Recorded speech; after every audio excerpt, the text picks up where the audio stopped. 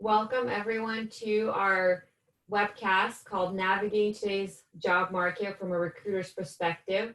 I'm really excited to get us started, and we'll give it just a few more seconds for people to come into the event, and then we'll get us started.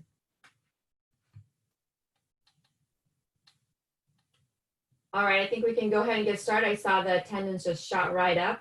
Welcome everyone. Thank you so much for being here for our webcast. Thank you to Mary for helping us get it set up, and I really appreciate all the administrative support that she provided for this event. This is a really big topic. People are always asking me, what do recruiters think? How do I get past that recruiter's application? How do I keep moving forward in the application process? And I'm really excited to have both JT and Nick here to share with both of you.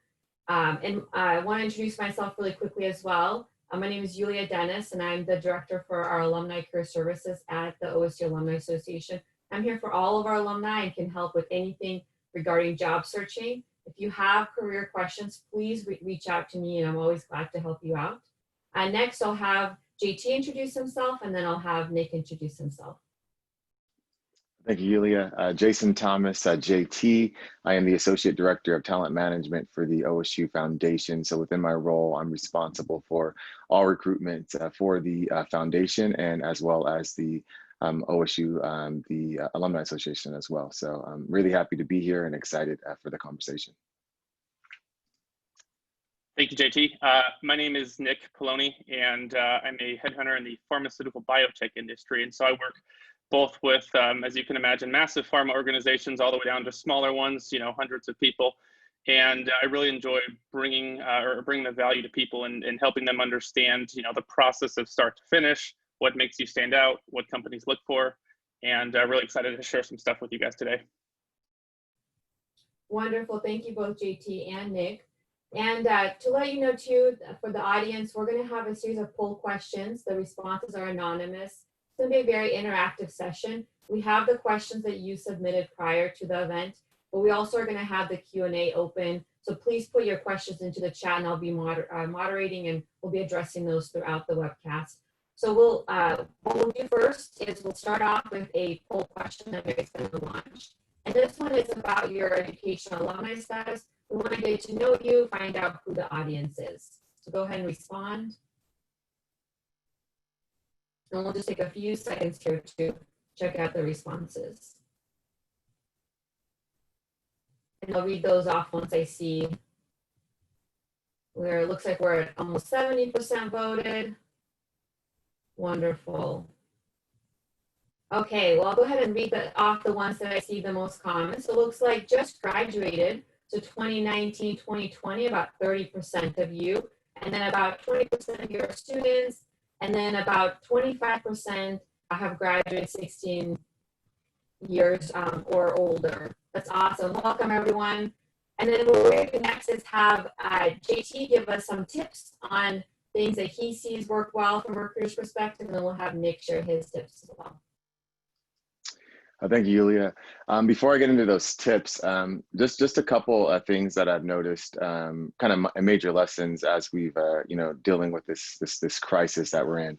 So we were to backtrack and go back to the recession of 2008. I think that one lesson from that period of time that those that work in the recruiting realm have really recognized and understand is it's really important to not cut off talent pipelines during this period of time, right? So I think that the organizations that are able to maintain communication and touch points with potential talent through these periods are really able to rebound faster than others. And obviously, given our current crisis, those that are exploring those conversations and have already made the inroads in with employers, with recruiters, should really maintain and that contact and really try to figure out ways to further engage on a regular basis.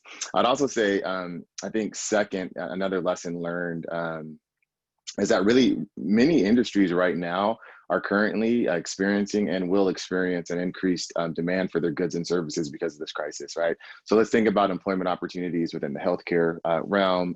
Nick is on here from a pharmaceutical perspective, delivery services, technology. There are many other industries and realms where we're seeing a ramp up in hiring as this crisis lingers on. So I think that that's important to consider as well. I think the third lesson is that our entire world has been thrust into this new remote work environment, right?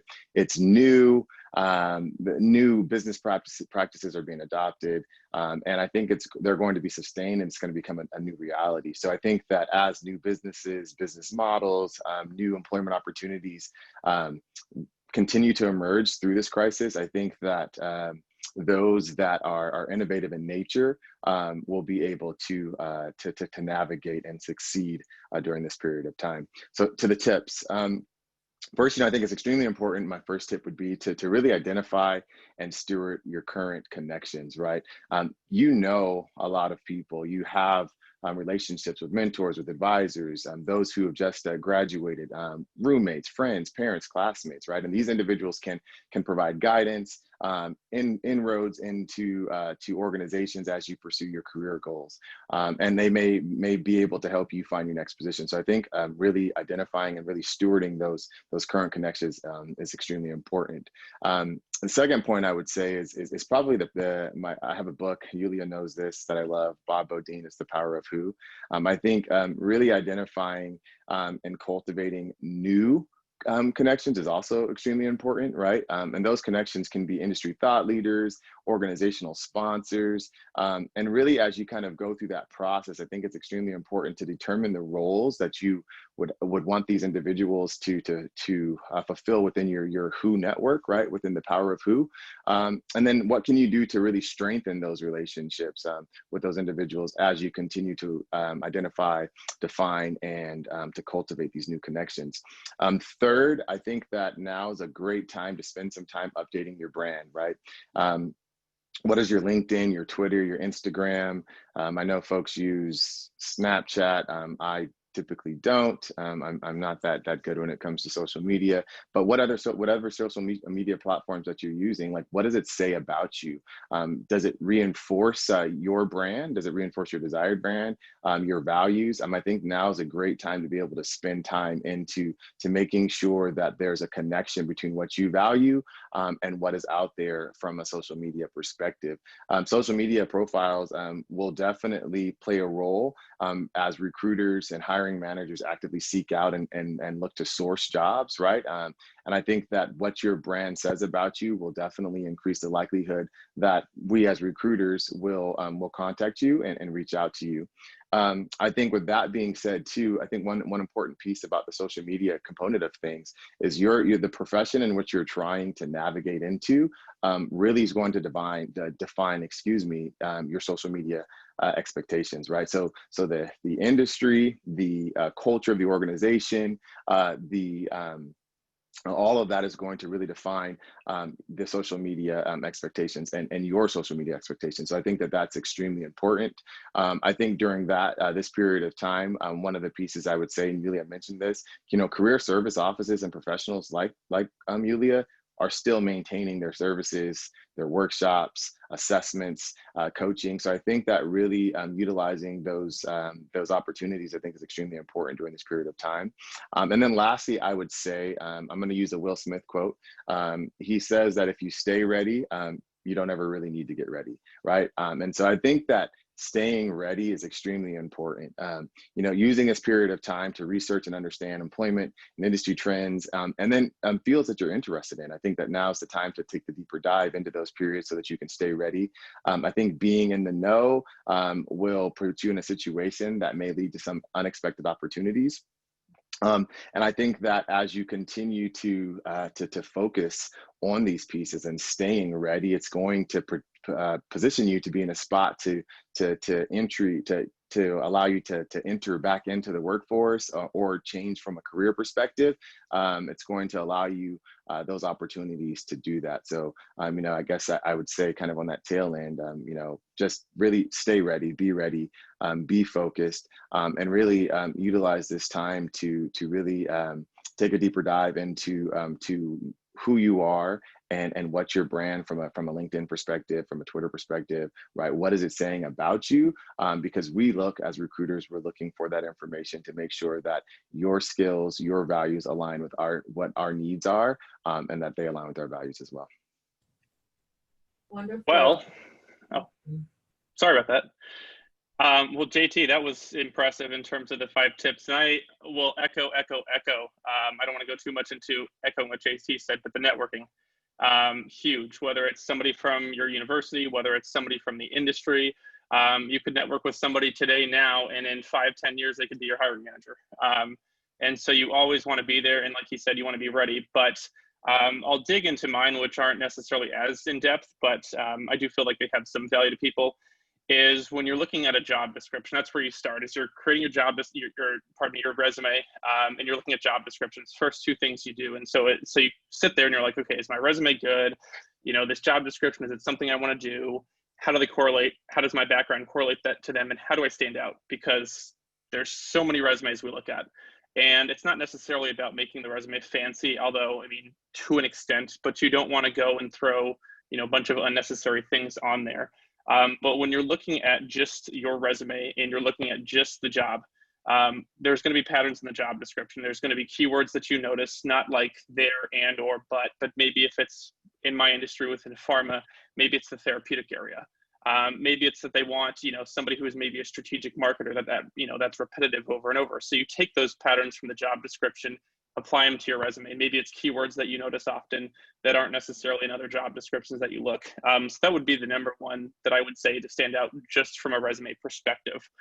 The other one that's fairly interesting is do not apply online. Now you're going to sit there and go, wait a second, what are you talking about? Understandably so. And the reason is because if I have a candidate that I call and I'm like, rock star, great fit for the position, they know the company, they know, the therapeutic area extremely well, but then they go, oh, Nick, I applied online to the company last night, 6 months ago, whenever. I can't represent them. And that sucks, because then at that point, their only way into the company, if you will, is going to be if somebody happens to pull their resume out of that black hole that we all hear about.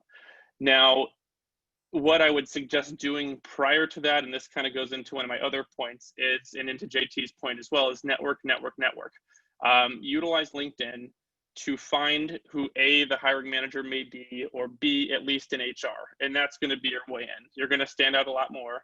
You're making the job for the HR person easier because they're not having to go out and source and read through resumes. You're just saying, hey, HR, here, take a look at me. Here's my resume, and you don't need to go into detail about why you're a fit. You don't need to go into detail about all these other things. They can see that right there. And the other thing to kind of make yourself, how would you stand out? Is we have LinkedIn and we have a lot of technology. And LinkedIn especially, from a networking perspective, is great for this, is go look up or try to find the company, and you can kind of see who's there. And even better if you can find the role and the types of people that they have in those roles. And even better if it happens to be the hiring manager and that was their former position, you can compare yourself to what they want exactly, and kind of add to your resume and tailor that to make yourself stand out. And the last thing that I would say, and this is kind of I don't want to say a no-brainer, but it can be with all this technology, is know who you're applying for, know the companies. The worst thing you can do is just to go onto LinkedIn and you can press 3 buttons, get your resume off to, hundreds of different companies. Problematic for 2 reasons. Is number one, are you really looking at those 100 companies in 30 seconds? Probably not. And number 2, your resume is into their database. And so if another recruiter calls you and says, hey, you're a great fit for this role, let's go for it, it might not work. And now some companies in the pharma industry and most of corporate America, they have a time frame. Sometimes it's a year when they applied. Sometimes it's only position specific.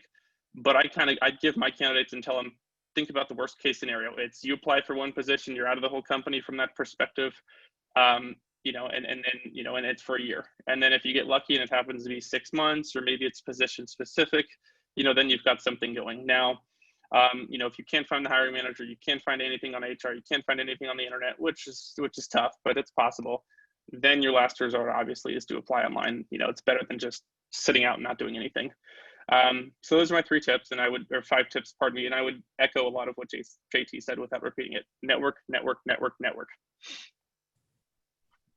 That's awesome. Thank you. I wrote so many notes. So, JT, I love the inspiration that yours covered and I'm all about the networking part, but I think you really hit the nail on the head with exactly why it's so important. And Nick, I loved your thing about networking with LinkedIn, and what I tell people all the time, and I think it's the best form of success. So thank you, that was awesome. We're going to do another poll question, and Mary's going to launch it, which is, are we currently in a gap in employment? Yes or no? We'd love to know where people are at.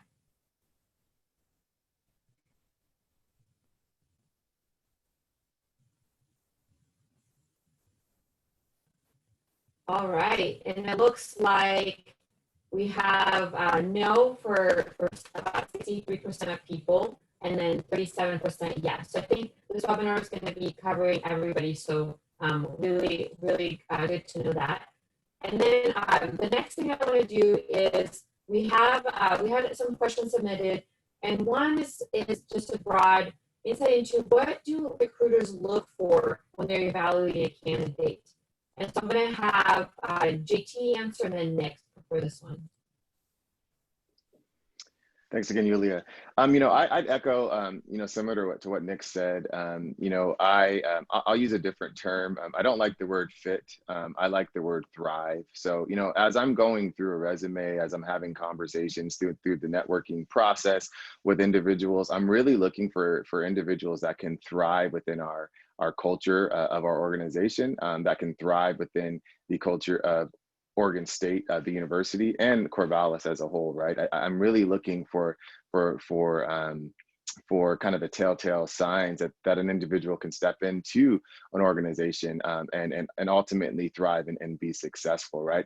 I think that it's a kind of loaded question, really, given the current circumstance, right? I think what we were looking for and what I was looking for prior to March 16th, when we went remote, from an OSU Foundation perspective, it's shifted, and I think that that's something that folks need to recognize through as they pursue, employment opportunities or potentially a career change, because it has shifted. We are in a new reality, a remote reality, right? We are looking for, I think from a recruiting perspective, you're looking for folks that are agile, that can pivot on a dime, right? And I think that prior to that, we used to use words like we're looking for folks that have flexibility, that have adaptability, different kinds of, those were the kind of the buzzwords. I think now it's really, those that can move and pivot at the drop of a hat, and they can do so with the right attitude, right? I think that change is inevitable. We've heard that many times, but even now, so much more that it's funny. The president of our institution,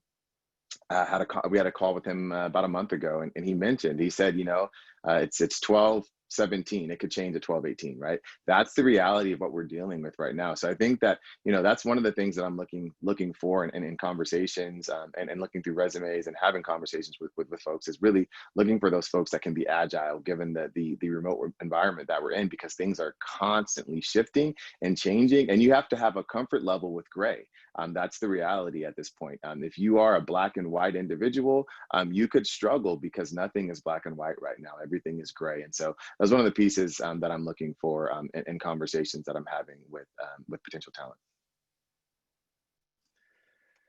And on my side, in terms of looking at kind of more the corporate America style, if you will, is that hiring managers, interestingly enough, and I'm sure JT, you've experienced this at times, is hiring managers say, oh, well, this is what I want, here's what I want.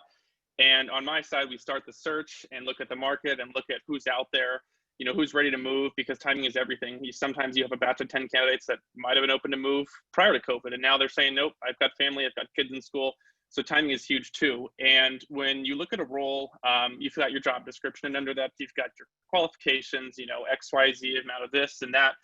And as I look within the pharmaceutical space, it tends to be that, from just using examples, as they want, from a marketing role, a little bit easier there, is they want, X amount of years in marketing. Sometimes they want, global marketing versus US marketing, which is, fairly easy to tell there on the job description. And then they want, the certain therapeutic area. And then you get into that search, or that company or that hiring manager gets into the search and goes, wow, it's really hard to find, an individual specific to breast cancer marketing. I'm working on one of those right now, and they've kind of realize that either they have to let people, work remotely, maybe they have to find somebody that's only has US marketing, maybe they have to find somebody that's just strictly oncology, generally speaking, and not specific to breast cancer. And so, like you said, JT, very, very loaded question. And you can have, and what I tell candidates all the time is you can have, the same company, same position, and two different hiring managers. And they tend to take a different approach. And it's because you don't know that. And it's because they have different team dynamics. And maybe they have a team of 4, and 3 out of the 4 are all very, very heavy in global marketing, let's say. And the role's a global marketing role. So many people are going to assume that I need to have global marketing in my background. And maybe the team, that fourth person they have open is very light on US experience. And they need to add that to their team dynamic. And so to kind of reiterate what JT was saying earlier, it's not all about, your qualifications. You've got to have, the culture dynamic in there, because most of these roles, and I mean, many roles that you'll have over the course of your career will be working with other people. And you could be a rock star, there's no such thing as a perfect candidate, but we'll call it a perfect candidate. And you could be sitting there looking at their background, but if they don't know how to work with people, they're not going to get the role. They're going to go with somebody that is excellent at working with people, but maybe only has 1 year of that experience, or maybe it has a little bit under the years of experience. But we all know, kind of what reality is. And if you're looking at, just graduating from college, and you're, year 2020, and we all can tell that, applying for a director of marketing with pharmaceutical companies, probably a little unrealistic. I think we can all agree on that. However, if you're sitting there and saying, oh, I might be a fit, I don't know, maybe not, go for it. Because you don't know where they are in the search until you talk to them. And just because they are interviewing you in the position, you're still interviewing them. You got to ask them, where are you guys in the search? What's your team look like? Why did you choose to go to the company? All those little things back and forth, because it'll get a dialogue going between you and the company, instead of them just firing away with questions back and forth. And so, to your point, what recruiters are looking for, we like to just see, generally speaking, or at least I do, do they fit the qualifications, generally speaking? Can I at least check off, maybe 2 or 3 out of the 5 check boxes, or 7 check boxes, and then let's get a conversation going. And then from there, we kind of weed in and say, maybe you do have this, maybe you don't. And, finding a recruiter is valuable, because you're not going to find those things on the job description. You're not going to know that they have, 3 out of the 4 people on their marketing team are very, very heavy on the global piece. So that's my long-winded answer in terms of what recruiters can be looking for. That's great. Thank you both. And is my audio okay?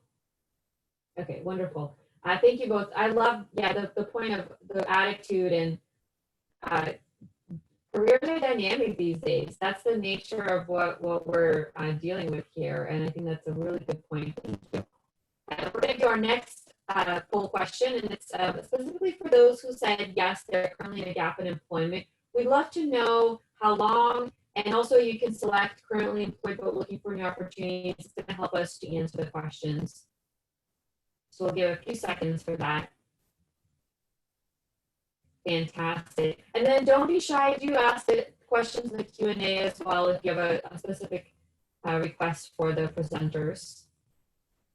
All right, looks like the most common one is a recent grad. So about 30% of your recent grads, and then with some people have spent about 3 to 6 months being unemployed, which is pretty common. I see that pretty often. Thanks, everyone. And then we'll go ahead and do the next question. And I've been getting this one a lot. So I'm also very curious, because I'm very passionate about helping this group. I've had many people reach out to me who ask the following kind of question, which is, what about the 50+ crowd? What should we do to highlight in our information interviews? I have had people reach out to me who haven't had a job search for a long time. They've had a good, successful career. COVID has shifted some things. And so I would love first Nick to answer, and then JT about what do the 50+, what should they do? That's a really good question, because I often have a lot of candidates that are in a position where they've been at a company without COVID, 15, 20 years, and they haven't interviewed outside, and they sit there and they go, this is really new. There's, 15 years, there's technology that can scan resumes, artificial intelligence that can predict what candidates are going to be, in their pipeline in terms of opportunities. And so the first thing I would say, if you're 50+, is don't highlight your age, highlight your experience. What do you bring to the table? And that's with every interview. But as somebody who is 50+, the age is a number, yes, and you can use that in a negative way or you can use that in a positive way. And for somebody that might be a super energetic marketer, super energetic salesperson, they don't have the experience. They haven't had, the bad happen to them and how to, come across that and fix it. And same with the good and making that better. And so the first thing I would say is highlight your experience. Use examples in which, the job description or maybe the hiring manager, if you've had a conversation with them, what they look for and how you have specifically taken, those issues, or you have had that experience of something near that, but always use some type of story, or example of how you've done that. And with somebody who's 50 plus, they're going to have a larger book, if you will, of examples to go through and to do. And I know some people get discouraged and some people get upset, and one could say, yeah, maybe it's about the age and whatnot, but it really depends too on who you're interviewing with. If you've got a culture that's a younger, more energetic culture, that may have a play, but on the other hand, they may need somebody on that team, like I had mentioned earlier, that it comes with that experience, that looks at things from a different angle. And so that's what I would say as far as somebody that's, for 50 plus is keep the head up, but also bring your examples and the experience that you have, which is more than most. Thanks, Nick. I'd echo those sentiments there as well, and I'd say I'll bring up something that my dad taught me a long time ago, and it still rings true to me today.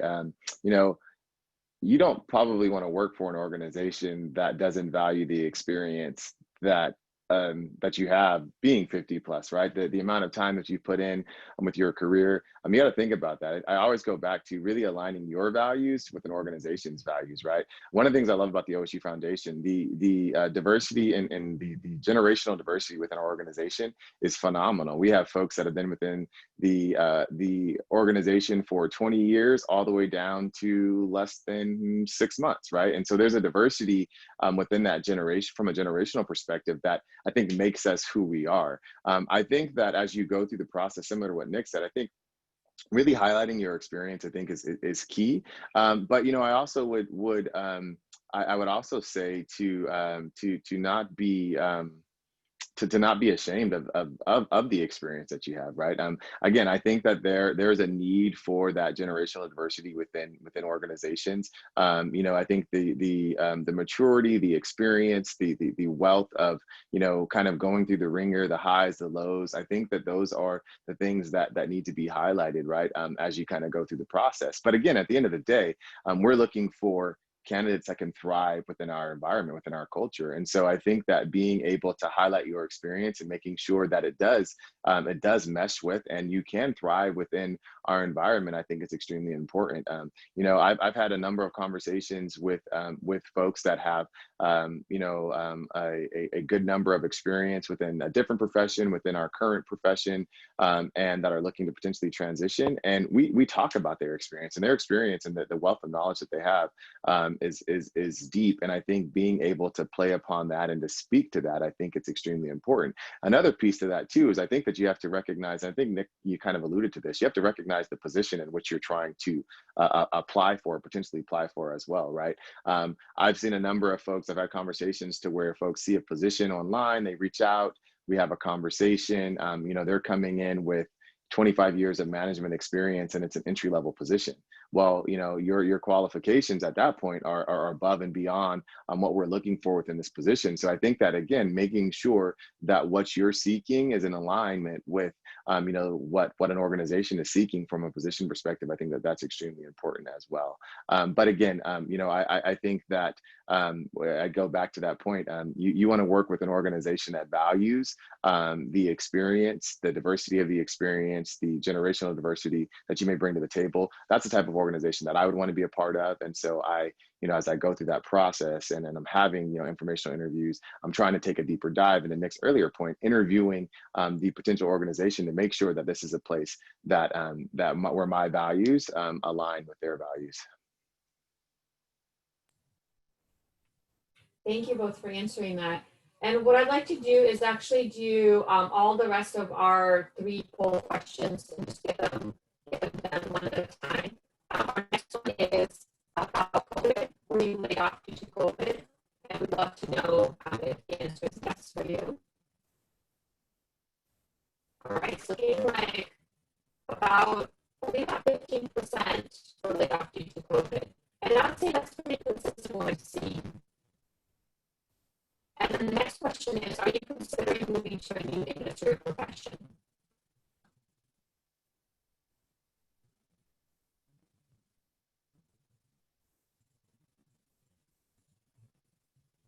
Okay, it looks like about 60% or so that's the answer is yeah. So we'll make sure to add that to our topics. Wonderful. And then the next question is, and this is the last question, are you actively currently looking for employment? And it's going to be a rating between 1 to 5.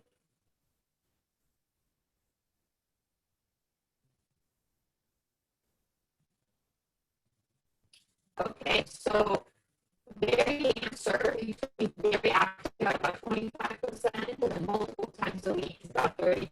So with the multiple times a week being the highest one, you are in good hands. I think with JT and Nick here for advice on that. And we did have one question come up that I'll have JT answer and Nick, which is networking always seems emphasized. It seems very old boys club and neurotypical ableists. Are there any effective strategies that don't depend on who you know? Can you repeat that real quick? You were kind of cutting in and out. I think I got the front of it. It's a question in regards to, I think networking kind of being a good old boys kind of club and how to kind of navigate through that. If that's correct. Okay. I appreciate the question. I think networking is, and Nick mentioned this, I think networking is extremely important. But I think it's how you go about networking, right? I think that's more important in my opinion.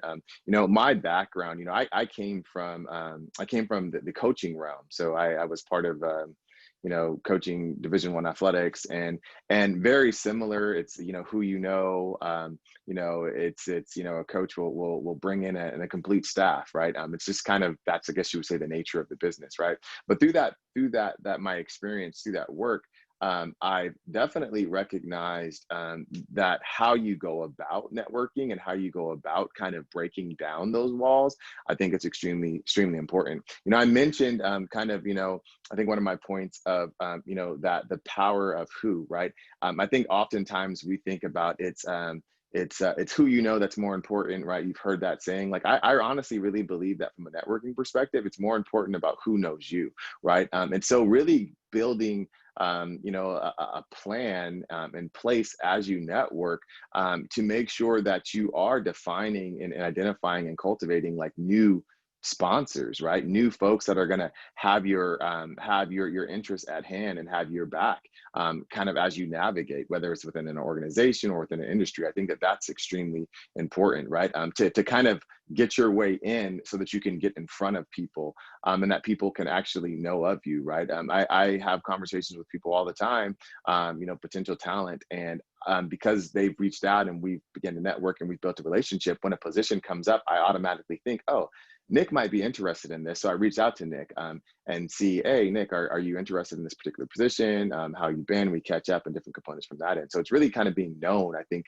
is extremely important, right? And it's how you really kind of go about it, right? I think that obviously right now is a prime time because of COVID to reach out and to have Zoom informational interviews, right? Because people are at home, right? They're not traveling as much. They have the ability to take on these conversations. And I think it's extremely important to start having those now and building, sponsors within organizations, right? I think it's key. I think the old way of networking where you go to a career fair or you go to some networking event and you walk around with your business cards and you hand them out and different things like that. I think that's kind of the past. I think that this new reality from a LinkedIn perspective, from a Zoom perspective, I think it's where it's at, right? One of the things one tip before I turn it over to Nick that I would say is, as I've kind of gone through and networked with people, even within this industry, being new to this industry, and having to kind of, build up my network from that. And I really looked at commonalities with folks, like whether from a LinkedIn perspective, maybe we graduated from the same college. I attended Utah State University. go Aggies. So maybe that's a connection, right? And maybe that's a point in where I can have a conversation about, hey, did you see the Aggies whoop up on BYU? I'm not a BYU fan because I'm an Aggie, so there's my plug from that end, right? But different kinds of pieces from that, and just to kind of get myself into the door and to start building the relationship. And I think that, I think there's a difference between networking and mentorship. And I think oftentimes folks are looking for mentorship, which I don't think that LinkedIn is necessarily the place that I would seek from a mentorship perspective. And so I think that how you go about, again, the networking is key, and it's to build relationships and to get inroads in rather than seeking the mentorship. I think that can kind of help to navigate some of those I guess you would say cliques that do exist within organizations. But again, I think the commonalities, finding some, and then being able to speak to those are extremely important.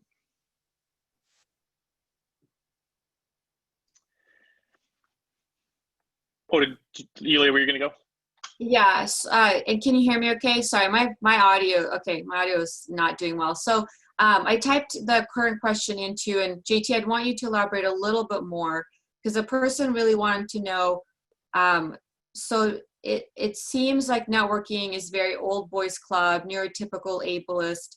Are there effective strategies that don't depend on who you know?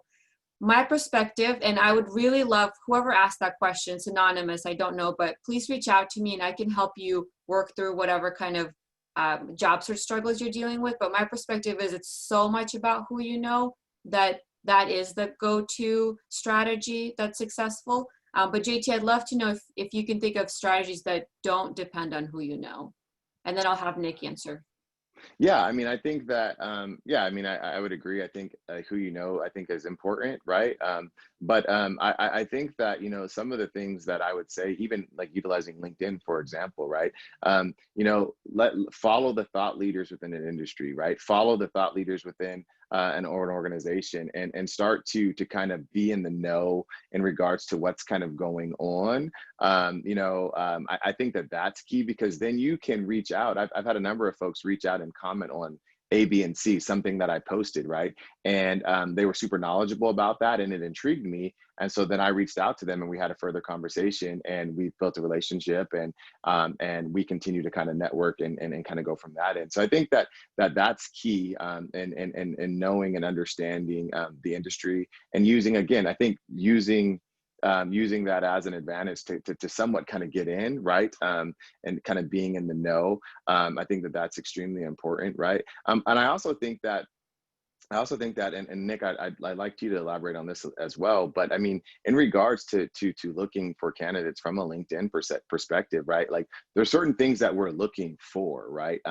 Keywords, I'm going through and I'm seeing what are some of the groups that you're a part of, right? Do those align with my thinking? What do you follow? If you're looking to, say, get into fundraising, and when I go to your LinkedIn page and I see that you're attached to, or you follow, I don't know, some company or some industry that's outside of our realm, I might have questions as to, what are you really looking to do, right? So I think that there are things that you can do on the back end to make yourself more attractive through that LinkedIn process as we continue to source and to look from that. And I think that those are some techniques that you can do and utilize to kind of break through some of those barriers, because we go through those, right? There are a number of search tools and out there that we utilize, and we're able to pull lists and cold call and build relationships and connections from that end. But if it's not aligned with what we're looking for, the likelihood of you getting in, I'd say it's pretty much zero, you know what I mean, from that end. So I think that aligning that and making sure that, again, going back right now, looking at your social media profile, looking at your LinkedIn, and making sure, hey, if you're looking to get into higher education, right, then we need to see you in some of those groups. We need to see, you interacting with folks and being part of that process. Yeah, I would. So I'll kind of start by saying, everybody, JT, myself, I can't really speak as much for JT, but when we started, at least I didn't know anybody in the industry. I didn't know anybody. And so obviously I had to network to get where I am now, to then develop a bigger network, get people to introduce me to other folks that might be interested in certain jobs. But how I got there was, yeah, of course, reaching out to people, starting conversation. But what I think is, and I like to call myself a resource when I recruit. I don't like to just say, oh, I recruit and find jobs for people. But what I do in my philosophy is always bring value to people, whether that's, whether they want insight on compensation for offer that they have in front of them, and hey, Nick, is this reasonable? Is this what the industry is saying? I get on those phone calls and I take them and I talk to people, because at that point, maybe I talk to them for 5 minutes, they're at that job for 3 or 4 years, and then they need a new job, and then they come to me, and they always come back because they know that I have value. And so when I develop the relationships, primarily through LinkedIn, I don't really do the career fairs. The pharma people aren't there, but I have to go where they're at. I first say, okay, where are pharma people at? Candidates, and they're on LinkedIn. Other industries, they may be elsewhere in various groups online and whatnot. And so my philosophy in applying to that is I always bring value to people. For me, it happens to be jobs, something that's going to make their life better. They're going to room for growth. They're going to have opportunities for compensation. It's going to help their family, yada, yada, yada, things along that way. But for somebody who's seeking a job, maybe it can be something as simple as just engaging back and forth on social media. You connect with them on LinkedIn, and you would be very, very surprised. People will connect with you if they see you're in the industry.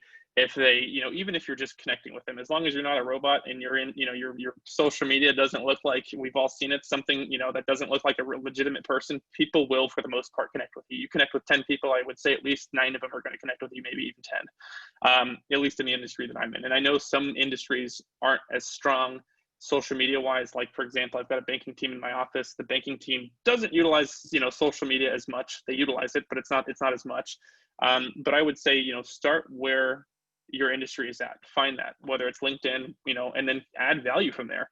Maybe it's, adding a comment to their, their post and saying, I completely agree with you, just so they know they're not crazy and their thoughts aren't crazy. Obviously, if it's specific to the industry, we've seen stuff online on social media right now that's crazy, but always add value somewhere. And your value doesn't have to be a job. It can be something as little as a like on a comment. And then if you do that 5 times and they notice that you're engaging with them, then reach out to them and just say, hey, I really liked your content. I want to talk to you and see if you have insight about it. And if they say no, they say no. At least you went out and asked. And it's, to JT's point earlier, marketing yourself and making your presence strong. And I would say LinkedIn is the #1 spot right now for jobs. I mean, it's the place where recruiters and job seekers are going to all be in one spot. It's easy because you can see so much at once in such a little time. Make the profile, add the keywords, so that way when us recruiters are searching for you, and I'm searching oncology marketing, somewhere in your profile you should have oncology and marketing, so that way your profile comes up. And then the more specific you want to get, like I get really specific in some of my searches where I have maybe 10, 15 people in the entire world that fit the job. I have to get really specific, and you have to understand that your role that you're seeking or your industry that you're seeking is extremely specific. So don't just, put in general words in there. And so I would just say, if you don't have a network, if you don't know anybody and you're starting off from ground one, get on, create a LinkedIn profile or, a profile of some sort where your group is hanging out. Occasionally engage with them, back and forth, start requesting, friends. They'll become your friends. And as soon as your network grows bigger and bigger, like the network I have on LinkedIn right now is huge, where if I go to anybody in pharma and request to be their friend, I mean, I have at least 25, mutual connections. And most of the time now it's upwards of like 100, 200, 300. So it's like, they look at my profile and go, oh, he knows Joe Schmo and, a lot of people at my organization. And that in itself kind of makes them want to connect. And the other thing too, is with, JT's point earlier, to being able to relate back and forth, whether it's on, football, the same school or whatnot. I don't have many people in pharma that go to Oregon State. I have a few, luckily, and it's really cool when we're able to relate like that. But on my LinkedIn profile, you'll see it if you go there. I love photography. I've done it. It's been my gig. It's been how I get creative. It's been my outlet, and I put it on there. I don't put much on there. I put a sentence and that's it. And people will comment on it and say, oh, I didn't know you were into photography. And then our conversation starts getting off. That's not a conversation about the job initially. It's a personal conversation where I can gauge their insight on their culture, what they look for, other than just a job and a job description. And so, if you can add something on there small, maybe it's a quote that you like, maybe it's something, professional, but kind of personal at the same time. Add those little things, but don't put too much. I'd say put maybe 5-10% personal on your LinkedIn, but the rest of it's got to be very, very, professional about what you want. Wonderful, thank you. I do have a question that came up, and I get this one a lot, and I'll have JT answer and then Nick. Is it appropriate to apply at multiple positions or to multiple positions in the same company? And that's a big question that lots of people ask. Another loaded question, and I'll say it depends, right? Again, I think so.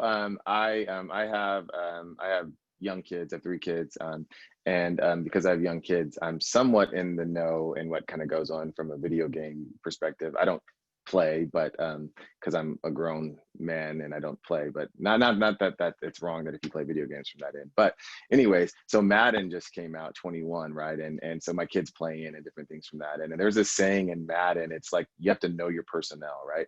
And I think knowing your personnel means like, hey, if you got a wide receiver out here who can't catch, you probably shouldn't throw them the ball, right? But I think that knowing your personnel, I think that concept, I think has to be used when you're within a job search, right? You need to know the organization. You need to know the industry in which you're applying to, because for some industries, you can apply for 10 jobs within an organization and you may get one. For others, for other organizations, for other companies, that's frowned upon. And so I think that you need to do your research, right? Oftentimes, I'll have conversations with individuals that are interested in applying for a position within our organization, and I will say, hey, if you see something that you're interested in, why don't you give me a call and let's talk about it, right? Let's talk about what we're potentially looking for. Let's talk about your experience. Maybe set up an informational, with a potential hiring manager so that you can kind of get a feel of, hey, is this a position, and is this an individual that I could work for that would allow me to thrive? And so I would encourage people to do that rather than blanketly just applying for multiple positions within an organization. Nick mentioned, some organizations, if you apply one time, like you can't apply again for 6 months to a year, right? And so you put yourself in a disadvantage when you are considered a serial applicant. So I think that really, establishing a connection with a recruiter, with somebody from a talent management perspective, and even with somebody within the organization, right, that's outside of that realm, maybe they can point you in the direction of a recruiter or somebody that works, from an HR perspective, and then you can have that conversation and you can have that blunt conversation. And I have this with individuals. If you're interested in a position, why don't you call me and we can talk about the position kind of ahead of time to make sure that it's, again, something that you can ultimately compete for, but again, something that you can thrive in. Because oftentimes, especially when you're coming outside of the industry, right, you may see, I had a conversation with a gentleman the other day who, we were talking, and I was using an acronym of a development officer, so DO, and the individual thought it was a director of operations, right? And so, because he wasn't a part of this profession, and so once we kind of got that down, right, we that conversation, it made more sense to the individual, right? And so I think that having those conversations is extremely important. And I would say prior to applying for a job, that I would reach out to somebody within the organization just to get some insight. So again, so the personnel, so the organization, so you have a feel and a little bit of a taste of the culture and what they're potentially looking for, rather than blanketly applying. That would be my advice. And I would echo that blanket, applying statement with JT, because a lot of the times, and I kind of had emphasized this earlier, is you can go on LinkedIn, Career Builder, Monster, wherever you get your, getting your job sources from. You can click 3 times, upload your resume, and submit it to, 50 different companies or maybe 4 different positions within the organization. And every time I start a job, I ask the hiring manager or HR, I talk to both of them, and I ask the hiring manager what they want specifically that's not on the job description from a culture perspective, things that I'm not going to find and see on there. And then I go to HR and I say, who's applied to the position? Why are they not a fit? And it's either, I had a lot of times where they go, oh, well, they've applied to 3 or 4 different positions at the company. And they applied for a sales position, they applied for a marketing position, they applied, different areas of the business. And that's a red flag, not just because they've applied to 3 different positions, because they don't know what the heck they want to do. And so, like JT said, you're better off getting an informational interview to see, where the company is and in terms of an organization, how the people are that they like to work there, and have kind of a mutual, like, here's what I want to do, here's where we're seeing you, a fit, and kind of putting the pieces together.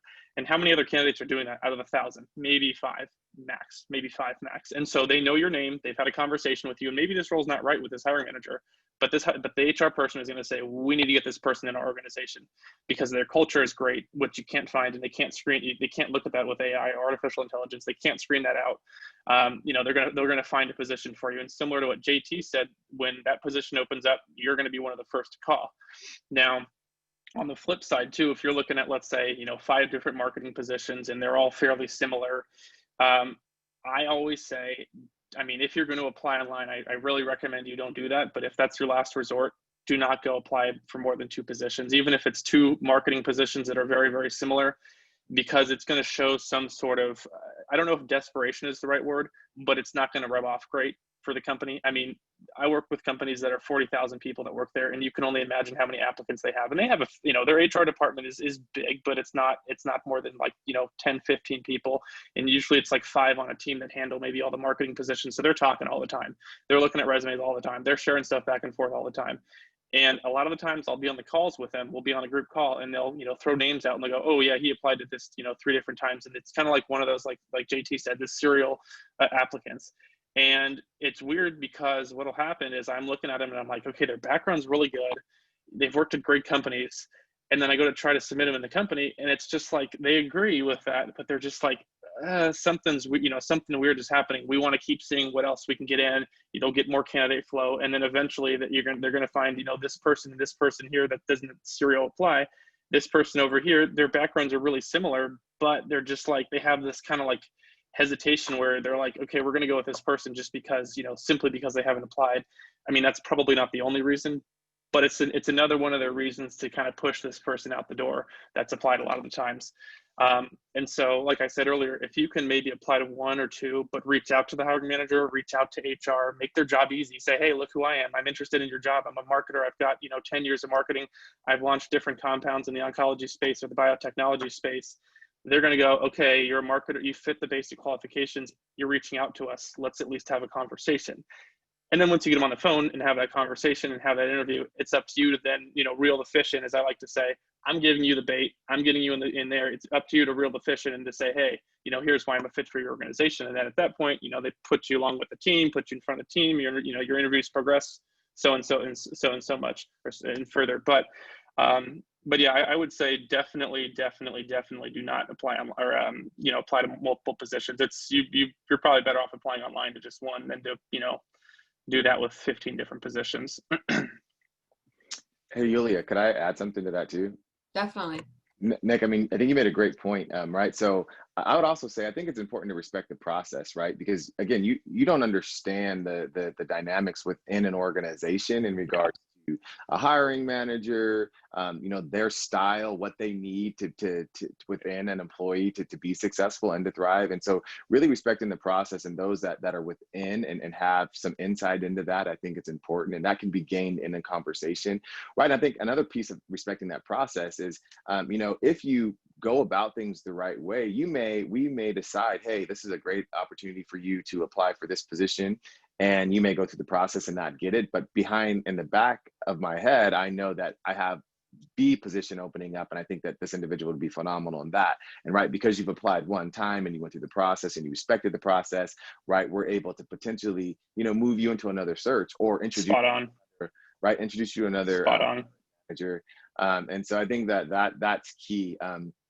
I get it because I once was, a recent grad and, attending career fairs and applying for multiple jobs and different kinds of components and different things from that end, a former student athlete. So, I'm not afraid of failure and love to compete. And so I was out and about and doing that. And as I've kind of, progressed and matured, in regards to my understanding of the process and how organizations work and run, right? I think it's extremely important to get that insight and to understand, like, can I thrive in this environment? And then really to trust the folks that understand what it takes to thrive within that environment. I think that's key. Individuals that have followed suit and have said, hey, yep, I'm interested in this position. Can we have a conversation about it? I've seen them succeed through hiring processes, right? And so I think that's something that I wanted to comment on as well. Mm-hmm. In 30 seconds, one last thing is that one thing that a lot of people are, and I was in the position too, you put your resume in or submit it online and you're like, come on, call me back, call me back, call me back. And to your point, the process is not just a matter of you're the only resume. That recruiter internally is only working on your role. I mean, they've got so many things going on here. Maybe they're on vacation. Maybe the hiring manager's out. Maybe they have a spot to fill, that's reporting into that they need to fill. And so within pharma, just so everybody kind of knows and understands, it's a long process. I mean, right now it's sped up, and it's 2 months from the point that I take a candidate and say, hey, you go into this role and start the interview process. It's 2 months. Normally in my industry, it's like without COVID and the video interviews to speed things up, it's like 3 to 5 months. So, the other thing too that people have to be cognizant of is as you're filling your pipeline of jobs that you've applied for, it may still be that they're still reviewing resumes. You don't know where they are in the process. And so, like you said, trust the process. Awesome. Thank you. We only have just a few more minutes left. So what I'd like to do is have people do closing thoughts. Nick, I'll have you do just 2 minutes really quick. What do you want to leave the audience with? And then JT, I'll have you spend about 2 minutes doing the same thing. Oh man, loaded one, quick one. I would just say for everybody that's looking, keep the head up. It's a full-time job in itself to be looking for a job. So, I mean, if you're not working as hard as you have worked either in school, if you just graduated and studying for a final, because that's a lot of work, or, you've been in a position and you're working and you're happy, or maybe not happy, but you're working. I mean, keep that in mind that when you are looking for a job, it's not just, a lot of people think it's simple and they can go, boom, boom, boom, click 3 check boxes, send the resume to 50 companies. I mean, you can do that. Go for it. Be my guest. Good luck. If you get it, send me, I'm going to be buying a lottery ticket. If you happen to get a job that way, it happens. But, spend maybe half a day or however many hours it's going to take you and apply to 5 different companies or 10 different companies rather than 50, and just research the company, have a little, have a few notes down about them just to remind yourself who they are. Like if it's in the pharmaceutical industry, maybe put down that they are launching, drugs in the oncology space or cancer space, and they're in Boston, just to kind of trigger your mind. And put down who you contacted with, and to develop that relationship and to get that relationship going. You're way, way, way better off doing it and going that route, and maybe hitting 10 companies or 5 companies even, than to just blanket your resume out there. Somebody might see it if you blanket your resume out there, yeah, and one could go, oh, well, if I apply to 1,000 companies, then my chances are going up. And no, they're not. I mean, your resume is just being fed into a data. I mean, there's a reason why JT and I have a job. If it was that easy for them to just collect resumes into their database that thousands and thousands and thousands of people are applying to, I wouldn't be here. They wouldn't need my help. And so it's just that they check it, but they don't really check it as much as one would assume. Just develop the relationship, reach out to people. Maybe they're not ready now. Maybe they're saying, oh yeah, you're not a fit right now, but be in their mind. And because they might, like JT said, they might have a very, very similar marketing role. Maybe it's a little bit more strategic and you're a little bit more numbers driven and you're a more strategic person. Maybe they have that role open in a month. And always just, keep following up with people. Just say, hey, hope you're doing well. They know why you're following up. If it's an HR person being they know why you're following up. You want, you obviously want a job at their company and keeping it good, so just, ping them every once in a while, ping me every once in a while. I always love when candidates do that. If they're saying, hey, Nick, any update? I work, 10, 15 jobs at a time and have, I don't know, hundreds of candidates going through various and I try to be organized, but I can only be so organized. And so when I have somebody that's in the process that says, hey, Nick, just checking in to see where you're at in the process, I like it. I mean, I have some people do it on every 3 or 4 days. It's a little extra, but I don't dislike it. I have some people do it every week, 2 weeks, 3 weeks. That's fine too. But that's what I would say is it's a full-time job applying for a job. So don't put your head down. Appreciate that, Nick.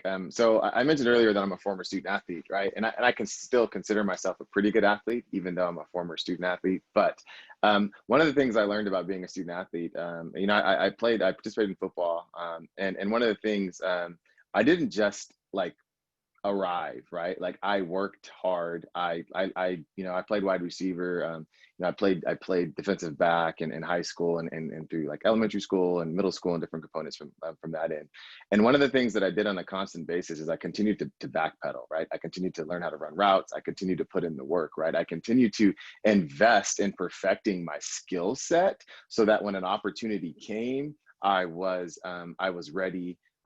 Similar to what Will Smith said, if you stay ready, you don't have to get ready. I was ready to step into those situations. And I think that the job market, the job game, you know, career change is very similar. I think now, given COVID, given everything that's going in, how folks have slowed down, time has slowed down, now's the time for you to invest in your own future, right? Invest in your next position, right? To put yourself in a position that when an opportunity becomes available, you're ready, right? So investing time in perfecting your resume, right? Perfecting your branding from a social media perspective, right? Honing in on your interview skills, doing the research for an industry. If you're looking to make a career change and you're breaking into a new industry, spending the time now investing in that and yourself now to really hone in and to understand, you know, the ins and the outs of an industry. I think that's what I want to leave you with, is to really to invest. You know, similar to my experience as a student athlete, I didn't just wake up and become a Division I wide receiver, right? I worked and I had to put in the time kind of behind the scenes, and so really use this time to invest in your future. And then the last piece I would say, I think the best way to get a new job, whether in a new position within an organization or to transition, is to do a really good job in your current job. So again, investing in yourself, investing in honing in those skills, but really doing a really good job in your current positions, you know, will propel you and be able to allow you to step into that next opportunity when it comes. Fantastic. And we are right at 1 o'clock. Thank you, JT and Nick. This was amazing. Really great questions. I went through and typed up a bunch of responses too. Thank you, everyone. Thank you, Mary. This has been amazing, and we will wrap this up.